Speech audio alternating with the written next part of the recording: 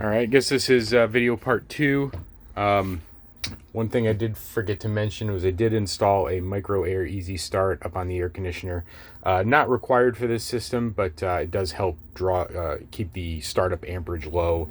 Was noticing an initial spike over 50 amps when it was starting up, and with the addition of the easy start, we're down to about 12. So it's just easier on the electrical system as a whole. So under the bed here, I cut a portal and put it on some hinges.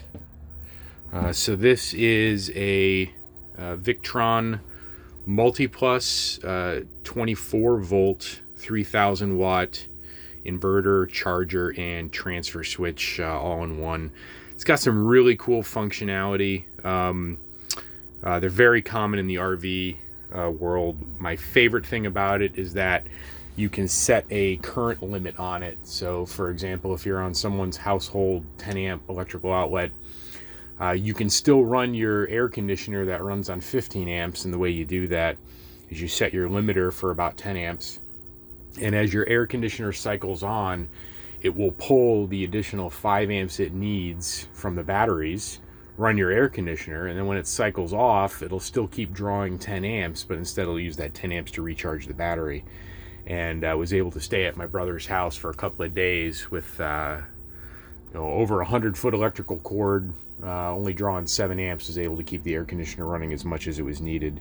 So that was really nice. Like I said, the two Battleborns are wired in series to make 24 volts. The positive side, we have the switch here, and then the negative side, you can see the shunt.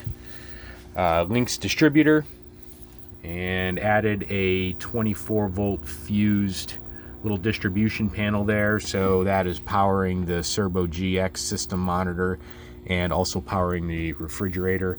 We'll probably add a couple of 24 volt outlets in the future. Additionally, this trailer came wired for solar on the side.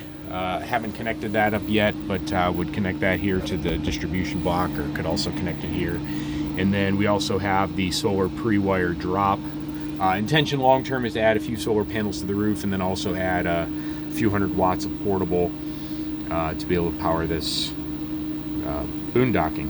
And public service announcement for those of you, if you ever pop a fuse on your roof solar or your outside solar drop, the geniuses at Lance put the inline fuse back here directly behind the battery disconnect switch. So the only way to reach them is to pull off the fascia on the front of the trailer to get up there and replace the fuse. I had to cut this hole in here in order to run wiring, in order to be able to see back behind the fascia. Would not have been able to do this install without it, but that's the only way to reach the back of the battery disconnect switch. So both the solar wire for the roof and for the side are just kind of hanging back here. In fact, here's one of them right here with the inline fuse. I'll hook that up at some point later this summer once I get the additional batteries in.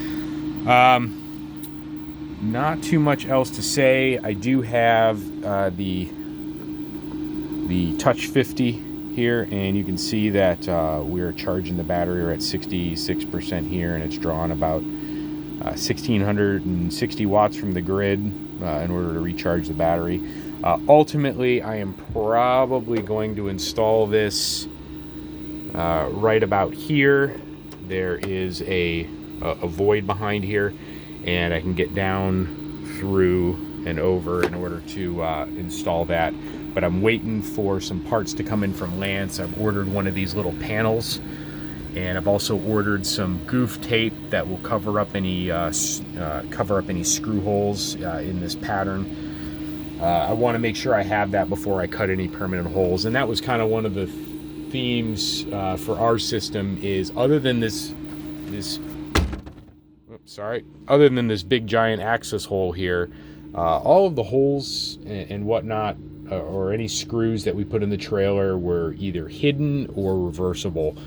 so that if the next owners don't want the solar system, I can uninstall it without any permanent damage to it. So this is kind of phase one. Phase two will be later this summer. I've ordered a bunch of individual lithium iron phosphate cells, and my long-term install, I'm going to do one of two things. Haven't figured it out yet. In total, I think I can get a little over 11,000 watt hours. So that's about 10 Battleborn batteries worth of power out of individual cells. And one of two ways, I can either split them between these two compartments, or what I think I'm going to do is I am just going to use the dead space below where the battery, or excuse me, where the slide out tray fits. You got just under 3 inches of space between the bottom of the slide out and the floor, and the individual cells are 2.6 inches wide. So I think I'm just going to line this whole thing on either side with cells, and that'll give us a crap ton of power. As of right now, with the 2 Battleborns, we can run the air conditioner for about 45 minutes. But once we're done, we should be able to run the air conditioner all day and then some on a charge. So that's the future. Yep, post if you have any questions, comments, ideas. Appreciate everyone's help when we were getting established. So look forward to any dialogue. Thanks.